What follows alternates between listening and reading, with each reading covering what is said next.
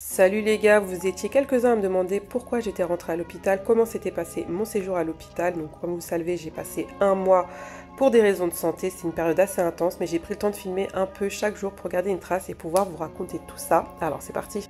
Dû à mon accident de voiture il y a 10 ans, j'ai ce qu'on appelle une lésion de la moelle épinière, une lésion médulaire qui est irréversible, qui m'a laissé tétraplégique incomplète, qui m'a laissé des séquelles, notamment des douleurs. J'ai un traitement à vie, j'ai aussi des injections de Botox tous les 3 mois, je vous ai fait une vidéo là-dessus. On a essayé la mésothérapie qui me soulage seulement une semaine, mais qui au niveau des injections fait super mal. Oui, là vous allez sentir. C'est fou. Aïe.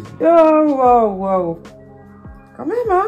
Croyez-moi, en plus des traitements que j'ai, on en a testé des choses, mais c'est toujours bien de faire une mise à jour, de revoir un peu tout ça. Et c'est ce que j'ai fait aussi pendant ce mois.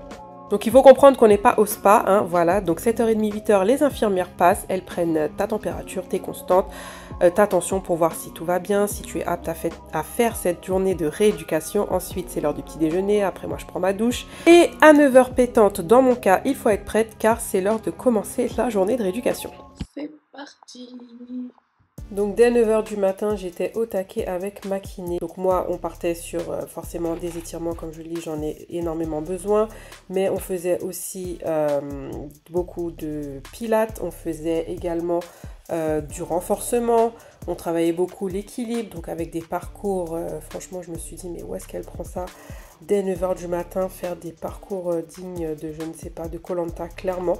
Mais voilà, c'est ce qui fait travailler, donc vous ça vous paraît un peu basique et tout bête, et il fallait le faire tous les jours, donc c'est enjamber, c'est marcher sur des choses pas stables, parce que concrètement, dans la vie courante tu fais ces choses naturellement, mais quand tu as un handicap, du coup ça devient un peu plus difficile. Elle me faisait également marcher dans le couloir avec des poids, on aurait dit une prisonnière, les gens avaient pitié de moi, je vous jure, non je déconne.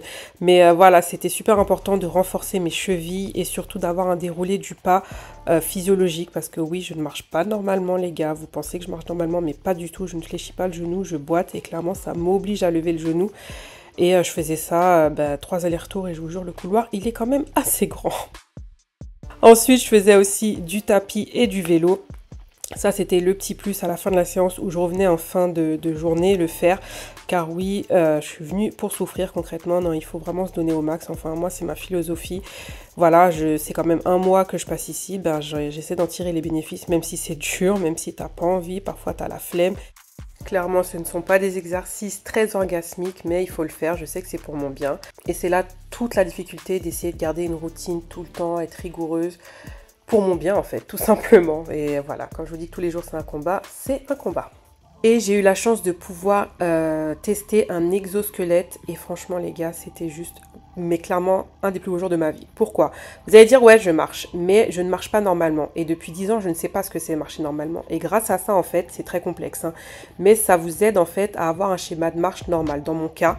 Et du coup, à obliger le cerveau à imprimer, en fait, cette démarche. Et il s'avère que quand j'ai fini les séances, vous allez voir après sur les vidéos, on a l'impression que je marche normalement. On n'a même pas l'impression que j'ai un handicap. Donc, ça dure que 20 minutes. Mais voilà, plus tu le fais régulièrement et plus ça oblige ton cerveau à garder ce schéma de marche. Et j'imagine même pas ce que ça doit être pour les gens qui sont paraplégiques. Allez, même. Là, c'est fluide. Ah là là, c'est beau ça. Oh, c'est beau. Non, mais tu rends compte, tu lèves jamais aussi haut. Enfin, ça peut tremper un peu. Ouais, mais tu lèves. Regarde. Un autre soin très important dans ma rééducation, c'est l'ergothérapie. En gros, c'est une thérapie qui aide les personnes à retrouver leur autonomie dans les activités du quotidien. Donc ça passe par des gestes simples, comme s'habiller, cuisiner, ou des mouvements plus spécifiques et surtout adaptés à chaque personne. Donc là, vous me voyez concrètement prendre des cylindres avec mon pouce et mon annulaire. Mais en fait, vraiment, il faudrait que je vous fasse une vidéo dédiée dessus pour vous expliquer que c'est ce qui m'a aidé et c'est ce qui m'aide toujours au quotidien à pouvoir être autonome. Donc ce sont des exercices pratiques avec de la mobilisation, de la coordination, de la motricité fine. Là, clairement, vous voyez mettre des aiguilles dans des boutons, mais c'est ce qui m'aide au quotidien à être autonome. Là, vous voyez retirer des pinces à linge, là, un puissance cast en 4K. On travaille aussi beaucoup les aspects cognitifs, la concentration, les macramés. Là, c'était surtout pour m'aider à dissocier mes doigts. Le Jenga, clairement, incroyable ce jeu. Je pensais même pas que j'allais y arriver parce que bien sûr, je devais faire ça de la main gauche. Et ma main gauche, c'est celle qui est le plus atteinte. Donc, clairement, c'est très difficile difficile et vous l'entendez pas sur ces vidéos, incline ton poignet, ouvre ta main, attention, enfin bref, voilà, je devais avoir une position très physiologique. Donc l'ergothérapie a été vraiment pour moi un moteur de progrès, c'est vraiment une aide précieuse pour les gens comme moi. Si vous voulez une vidéo, je la ferai, mon ergothérapeute est génial, comme tous les ergothérapeutes bien sûr, mais vraiment, des fois j'étais au bout de ma life, j'en avais marre, mais c'est toujours comment me rebooster et rendre l'activité beaucoup plus fun. J'ai gagné. Oh non. Wow, vous battez pas, tout va bien. Et là, vous allez dire, mais pourquoi il y a des poules, Céline? Dans l'hôpital, il y a une ferme et en fait, on peut faire ce qu'on appelle la médiation animale où on peut aller voir des animaux. Il y avait des poules, des oies, des moutons, des ânes et franchement, ça a un effet thérapeutique, apaisant. C'est fou le pouvoir que les animaux ont sur nous.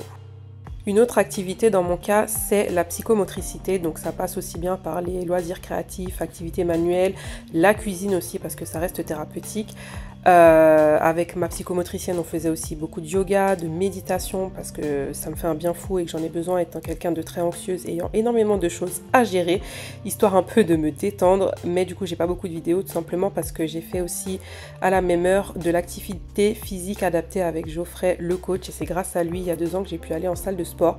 Et ensuite, il y a aussi la balnéothérapie. Vous voyez, ça fait beaucoup dans une journée.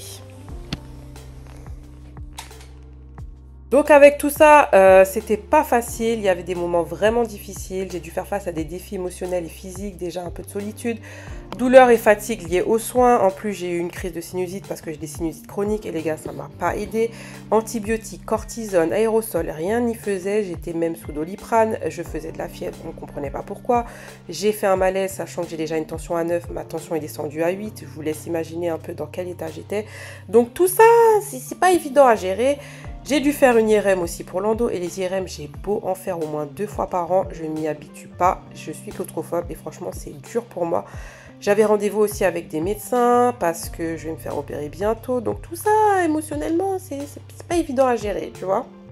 Donc, du coup, pour essayer de me détendre, pour calmer un peu ces crises de stress, d'angoisse, d'anxiété, je vais marcher. C'est ce que je fais quand je retourne à l'hôpital régulièrement. J'ai pris l'habitude, après les soins ou après manger, d'aller marcher. Donc, je prends mes écouteurs et je me mets de la musique et je me fixe à peu près 15 minutes de marche, de respirer, de prendre le temps. Parfois, je passe un appel, mais la plupart du temps, c'est de la musique. Et franchement, ça me fait énormément de bien. Sauf que là, le froid est arrivé, j'ai arrêté.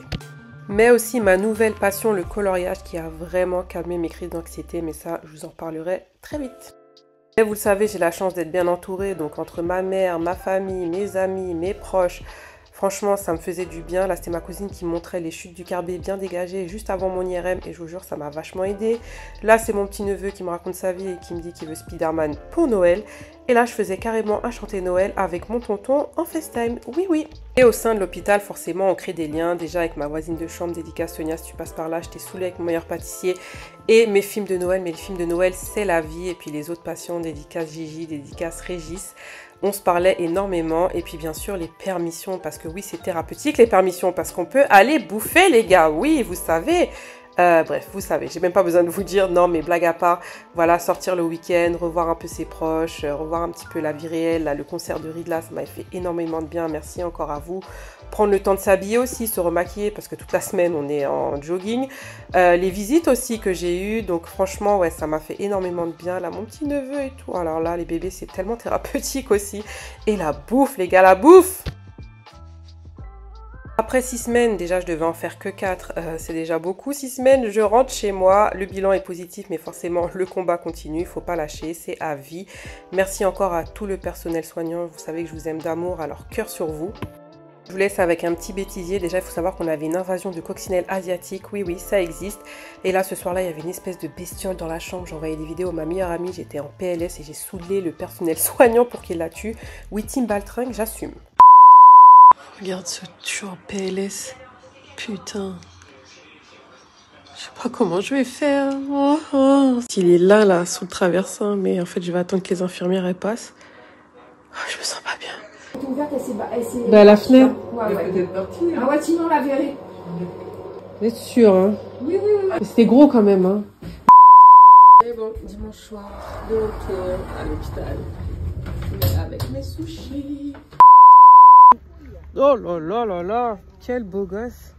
Mais quel beau gosse. Tu es beau, toi? Ouais, ouais. J'ai faim, ça y est. Oh my god. Tout le monde s'éclate. Allez, tous en cœur, hein, je veux pas là. Riri, Fifi et Loulou. Bonjour. Ouais, non, mais samedi, je vais me rattraper. Ah, c'est du fromage que je voulais, moi, j'en ai marre.